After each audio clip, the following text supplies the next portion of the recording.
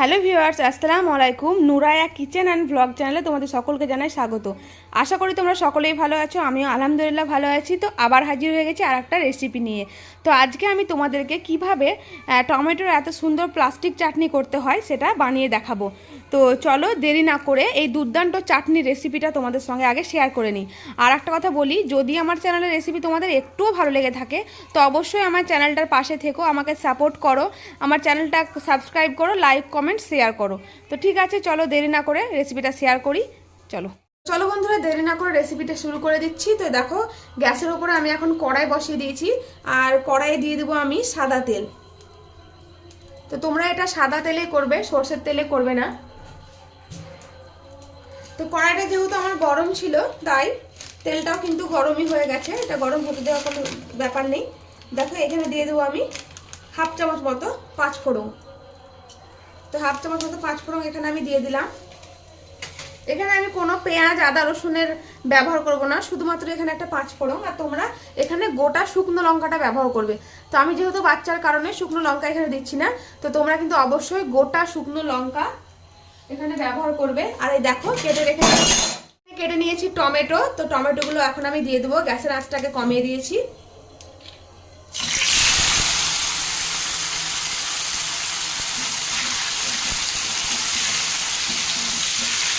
তো এইভাবে 2-3 মিনিট মতো নাড়াচাড়া করবো, বেশিক্ষণ নাড়াচাড়া করতে হবে না।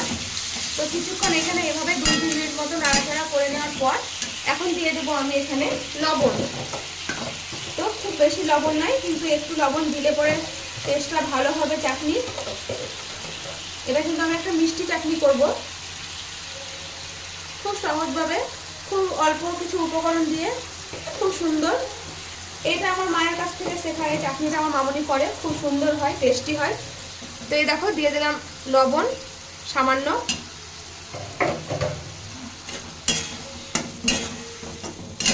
তো কিছুক্ষণ এইভাবে নাড়াচাড়া করে নেব টমেটোটাকে।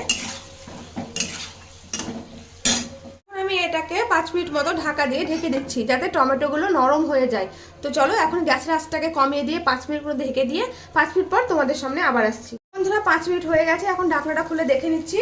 তো দেখো, টমেটো থেকে অনেকটাই পানি বেরিয়ে গেছে, পানি ছেড়ে দিয়েছে, আর অনেকটা কিন্তু নরম হয়ে গেছে। তো আরো কিছুক্ষণ এটা সেদ্ধ হতে দিতে হবে আমাদেরকে।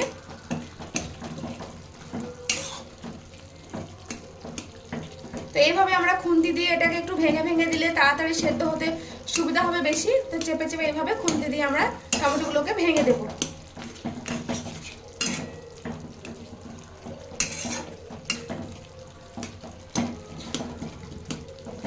আর তোমরা চাইলে একটু পানি দিতে পারো, তো আমিও সামান্য পরিমাণে একটু দিয়ে দিচ্ছি।